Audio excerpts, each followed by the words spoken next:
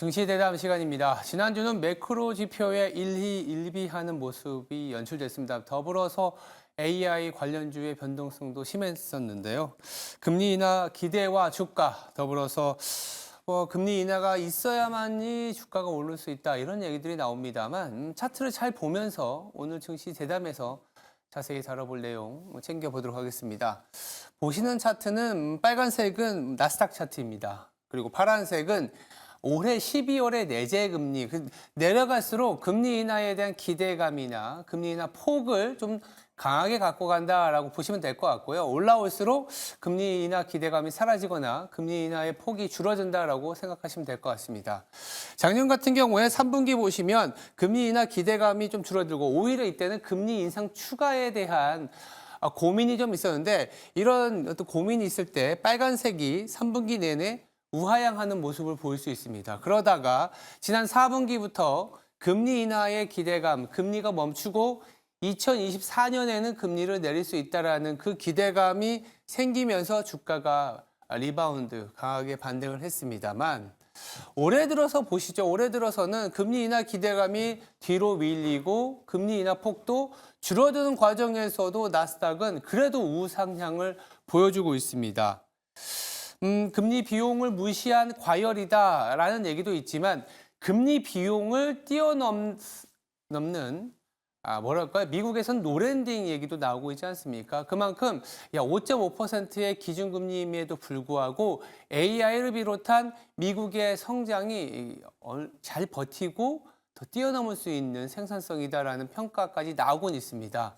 어느 쪽이 맞을지는 사실 잘 모르겠습니다. 금리 인하의 기대감, 금리가 안정되면서 올라왔었던 시장인데 금리가 여전히 높음에도 주가가 높이 있다라는 거는 주가가 빠질 거다라는 쪽도 있고요. 이런 비용에도 불구하고 시장이 잘 버텨낸다라는 거는 AI 성장성이 그만큼 놀랍도록 업종과 전체적인 생산성을 향상시킨다라는 내용도 있습니다. 이런 부분들 좀 자세히 살펴봐야 되겠습니다. 이어지는 증시 대담에서 미국 경제의 현 상태와 통화 정책, 금리의 방향성도 좀 챙겨봐야 될 것 같고요. 이런 어려움에도 이겨나갈 AI 성장에 대한 얘기도 좀 나눠봐야 되겠습니다. 증시 대담 바로 시작하겠습니다.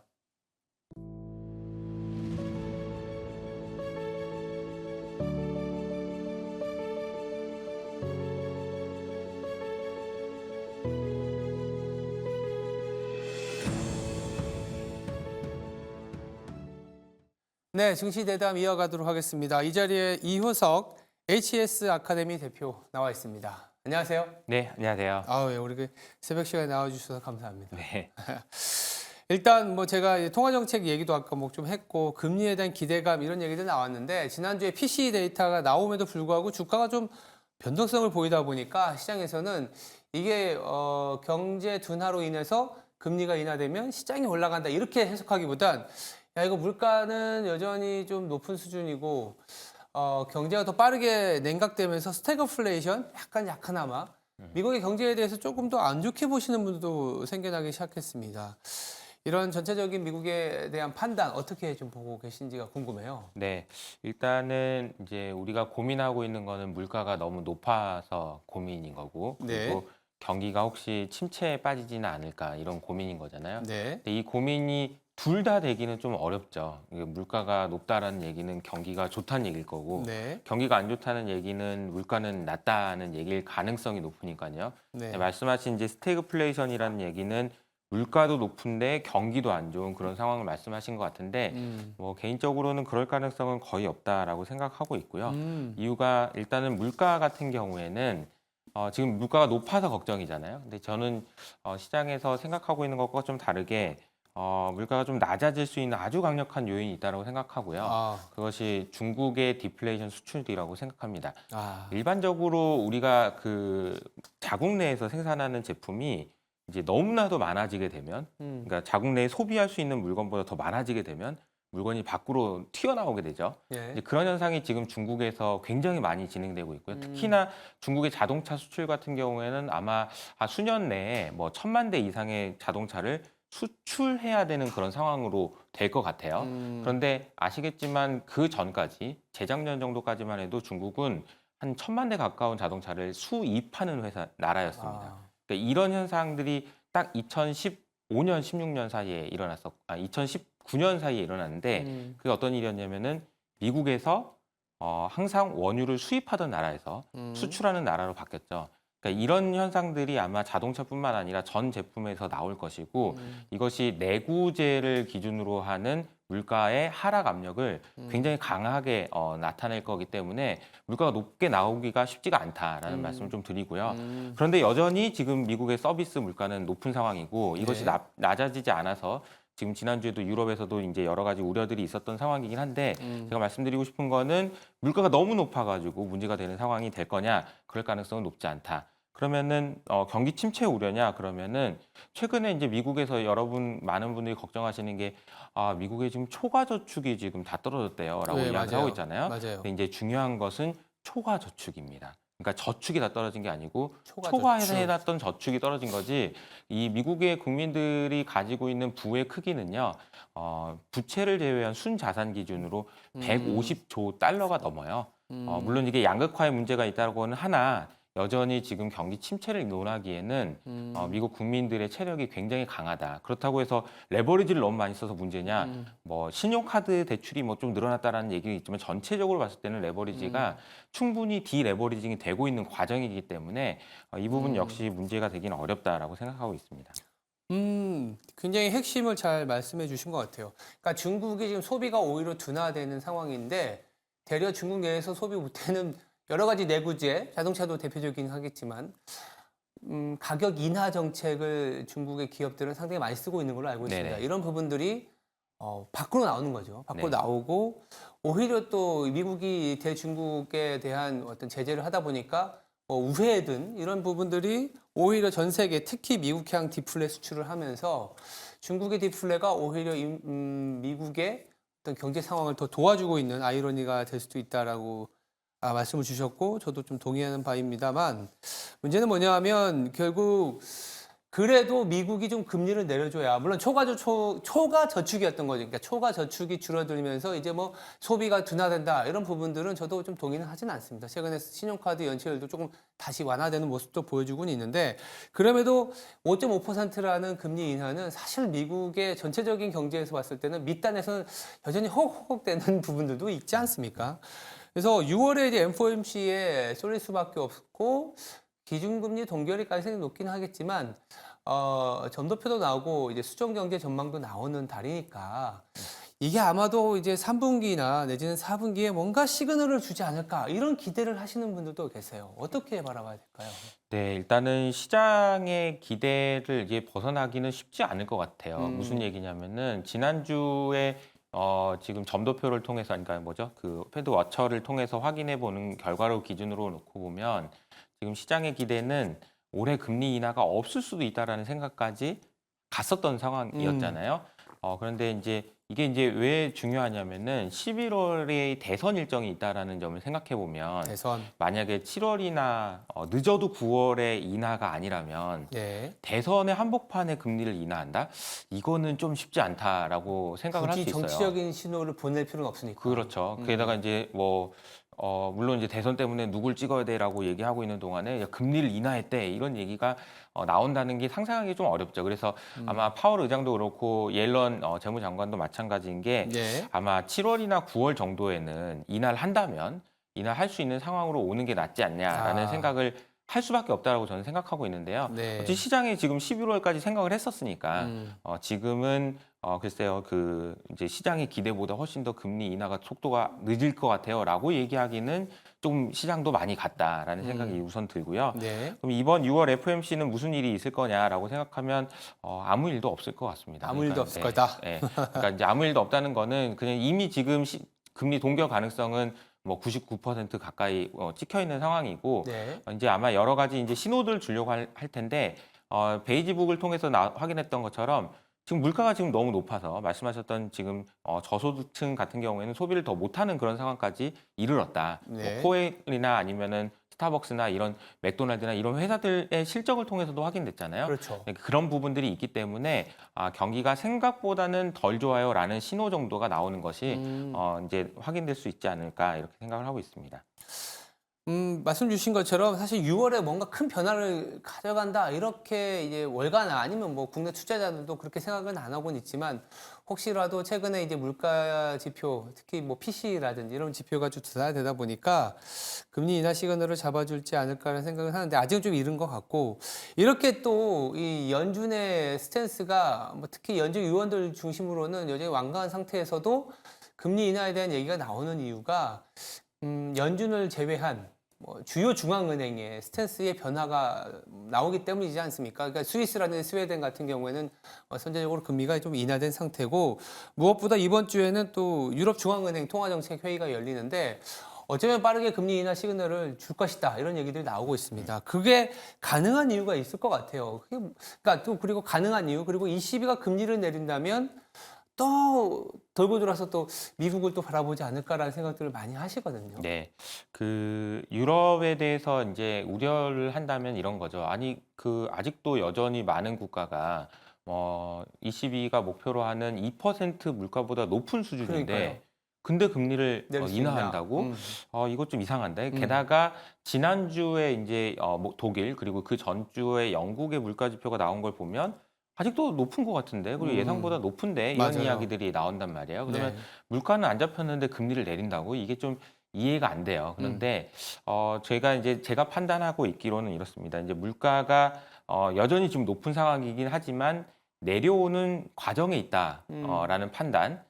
그리고 그렇죠. 지금 현재의 금리 수준 자체가 유럽 지역에서의 중립금리라고 할 수 있는 이게 중립금리. 금리가 어느 정도가 적당하니라는 수준보다 위에 있다라면 이 두 가지가 충족된다면 금리 인하를 할 수 있는 거죠. 그러니까 이제 어차피 내려올 거고 금리를 인하하든 안 하든. 근데 지금 금리 수준이 적당한 금리 수준보다 높다. 그러니까 이제 이걸 뭐 제약적이다 이렇게 표현을 하잖아요. 그러니까 제약적이다는 판단이 있다면은 금리 인하를 할 수 있다라고 생각을 합니다. 그리고 이번 주에 있을 ECB 회의에서는 금리 인하 가능성이 매우 높죠. 지금 금리 인하를 할 것 같고요.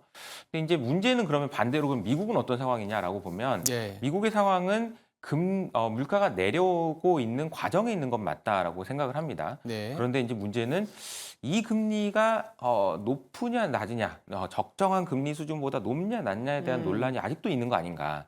근데 이거는 이제 잘 생각을 해보셔야 되는 게 유럽은 기준금리가 낮음에도 불구하고 지금 금리가 높다라고 얘기하고 있는 반면에 미국은 금리가 높음에도 불구하고 이게 높은 게 맞냐라는 의문이 지금 시장에 있다라는 사실 자체가 중요하지 않나라는 생각이 들어요. 이게 무슨 얘기냐면은 우리나라도 마찬가지인데요. 미국과 우리나라의 금리 차이가 2%가 납니다. 네. 근데 우리는 지금 높다고 난리고 미국은 이게 좀 내리는 게 맞나 이런 고민을 하고 있다는 거죠. 맞아요. 그 얘기는 무슨 얘기냐면은 각 나라의 경제 체력 자체가 굉장히 다르다라는 얘기고요. 소위 말하는 이제 그 얼마나 이제 그 성장할 수 있는지에 대한 포텐셜 자체가 다르다는 거죠. 비유로 설명드리자면 이런 거예요. 학생이 공부를 할 때 공부를 못하는 학생이 있고 잘하는 학생이 있어요. 근데 이 학생은 하루에 뭐 8시간씩은 자야 돼요. 그래야 공부를 할 수 있어요. 도서관에 있을 수 있는 시간이 얼마 안 돼. 이 친구는 도서관에 있을 수 있는 시간이 굉장히 큰 거죠. 공부를 1등 하는데도 불구하고. 그런 이제 체력의 차이가 나타나고 있다는 생각이 들고요. 그래서 이번 주에 있을 이벤트들을 통해서 우리가 확인해 봐야 되는 거는 그런 것을 반영해서 유로화를 통한 환율이 어떤 식으로 움직이느냐 이걸 다 반영하고 있는데 이런 부분들을 체크하시는 게 좋지 않을까라는 생각이 듭니다. 그러니까 결국은 물가 둔화세하고 중립금리 논쟁인데 물가 둔화세야 뭐 어느 나라나 조금씩은 나타나고 있지만 중립금리 뭐 또 다른 식으로 얘기하면 그러니까 성장률 얘기해 주신 것 같아요. 잠재 성장률에 대한 그렇죠. 얘기들. 네. 잠재 성장률이 지금 사실 유럽은 굉장히 낮은 수준이었다라고 볼 수 있고 우리나라도 잠재 성장률이 최근에 뭐 출산율도부터 시작해서 여러 가지가 문제가 되고 있는데 미국은 이거 5.5%도 잘 견뎌낼 수 있는 성장률 아니냐 이렇게 얘기가 나오고 있습니다. 그 핵심에는 아마도 그때그때마다 성장을 끌어올리는 혁신이 있는데 지금은 또 무엇보다 AI이지 않습니까? 그런데 지난주에 뭐 데일도 있었고 뭐 세일즈포스도 있었고 일부 약간 주변의 기업들이긴 하지만 뭔가 투자자들이 시그널을 찾는 것 같아요. 야 이제는 균열이 발생하는 거 아니냐 이런 식의 시그널들을 막 찾으려고 변동성이 좀 지난주에는 발생을 했는데 AI 성장성에 대해서 대표님은 또 어떻게 생각하십니까? 좀 어려운 거긴 하지만. 네, 근데 이제 제가 생각할 때 이제 음. 어젯밤에 이제 젠슨 황이 이제 저희 맞아요, 대만에서. 이제 얘기 있었죠. 그래서 젠슨 황제라고 이제 표현을 많이 했는데 젠슨 황제. 이제는 근데 이분이 이제 우리가 AI에 대해서 우리가 생각해봐야 되는 건 이런 것 같아요. 어디까지 갈 수 있는 건지에 대해서 아무도 모르기 아무도 때문에 모르죠. 누군가가 길을 비춰줘야 됩니다. 맞아요. 여기까지는 갈 수 있어. 이렇게 얘기를 할 수 있어야 되는데 어제 젠슨 황이 다 얘기를 했죠. 해줬다. 무슨 얘기냐면은 우리는 매년 새로운 이번에 블랙웰 나왔는데 다음에 또 뭐 만들어서 매년 새로운 걸 낼 거고 지금 2025년까지 하이닉스 거는 다 가져왔어. 끝났어. 이렇게 얘기를 해줘 버렸습니다. 그래서 사실은 지금 AI에 대해서 우리가 어디까지 갈 수 있는지에 대해서 감을 못 잡고 있는데 어제 또 한번 젠슨 황이 얘기를 해줬다라고 생각을 하고요. 이것은 제가 아까 비유해서 말씀드렸을 때 이런 내용이죠. 그러니까 젠슨 황의 그 엔비디아를 보면서 제가 그런 생각이 좀 들었어요. 이게 무슨 이제 비유를 하자면은 전국 1등 하는 애가 있어요. 수능 1등이에요. 모의고사 보면 항상 1등인데 2등이랑 차이가 굉장히 많이 나는 1등이에요. 네. 근데 도서관에서 공부를 제일 열심히 합니다. 아, 그리고 불도 끄고 나와요. 이런 느낌이라는 거죠. 그래서 그냥 뭐- 엔비디아의 상황이 이미 블랙웰이 다른 회사들이 따라올 수 없을 정도로 굉장히 앞서 나가 있음에도 불구하고 더 치고 나가는 그런 모습을 보여주고 있다라는 생각이 첫 번째 들었고요. 네. 그리고 지난주에 나왔던 이제 NBER이라는 곳에서 AI의 생산성 개선 효과가 미국 GDP에 어느 정도 영향을 주느냐에 대한 분석 논문이 나왔거든요.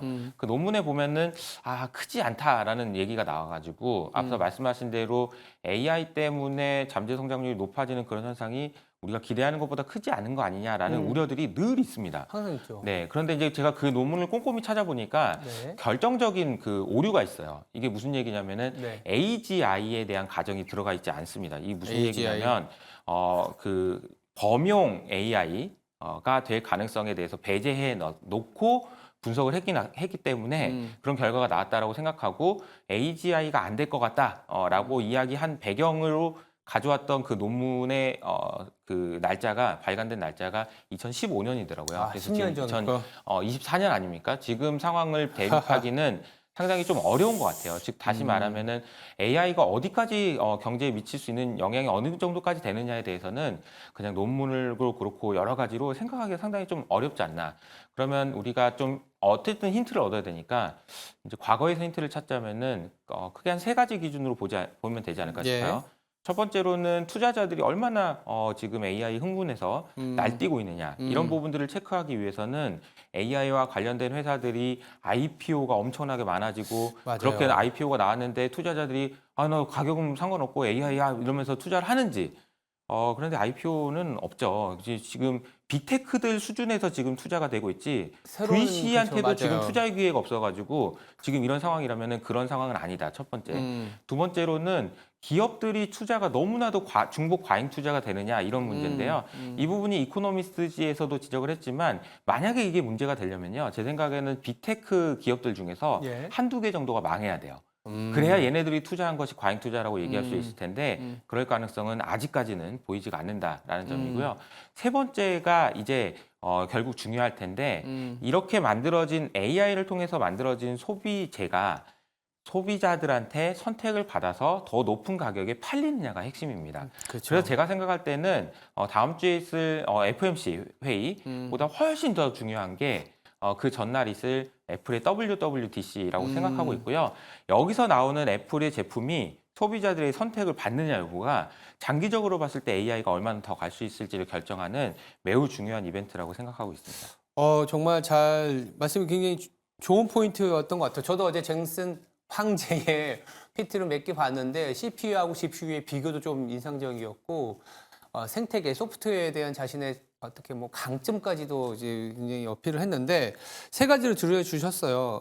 IPO가 얼마나 많으냐. 지금 굉장히 저조한 상황이죠. 금리가 높기 때문이다라고 생각할 수 있는 것 같고 캐펙스가 과잉 투자를 해서 소위 말해서 빅테크 중에 하나가 무너질 수 있는 상황이냐. 그것도 아닌 것 같고 마지막으로 소비자의 선택. 애플이나 테슬라처럼 엔드 유저에 호소하는 기업들이 얼마나 선택을 가질 것이냐. 아마 FOMC보다 WWDC 행사가 더 중요하다. 이 부분은 투자자분들도 좀 챙겨봐 주시면 될 것 같습니다. 네, 지금까지 이효석 HS 아카데미의 대표였습니다. 네, 감사합니다.